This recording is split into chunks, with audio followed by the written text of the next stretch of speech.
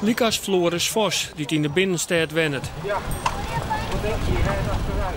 Je hoort wie het weer horen en keren met zijn 2 Lietse band. Man, je rijdt bijna over een kind heen, verdomme. Nou dan. Er zijn een grote zorgen over de veiligheid van de binnenstad. Bij horeca, beziekers en bewoners. Ja, ik maak dit elke dag mee. Op de Ewal rijden ze heel hard. Het is een rechtstuk en daar wordt hard gereden. En hier op het plein is het onoverzichtelijk. Dus het is toch iedere dag eng hier. Dus autovrij maken wat u betreft? Ja, grote vooruitgang voor de stad, zeker. Ja. En zat denk ik louter afdeling van de koninklijke horeca er ook over. Het autovrijmeidje van de binnenstad is juist jong besprutsen met politie en gemeente.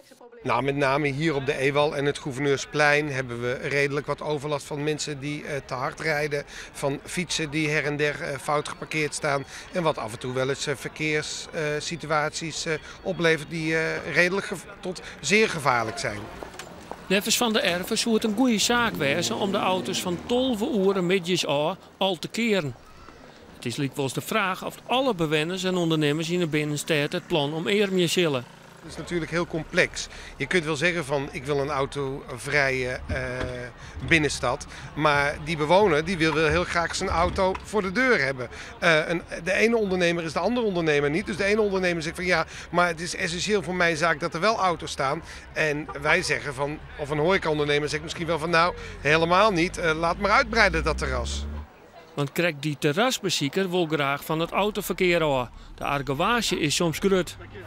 Ik merk gewoon dat ze heel veel flaneren hier langs het terras met keiharde muziek en gewoon voor de lol. En we willen hier lekker rustig op het terras zitten.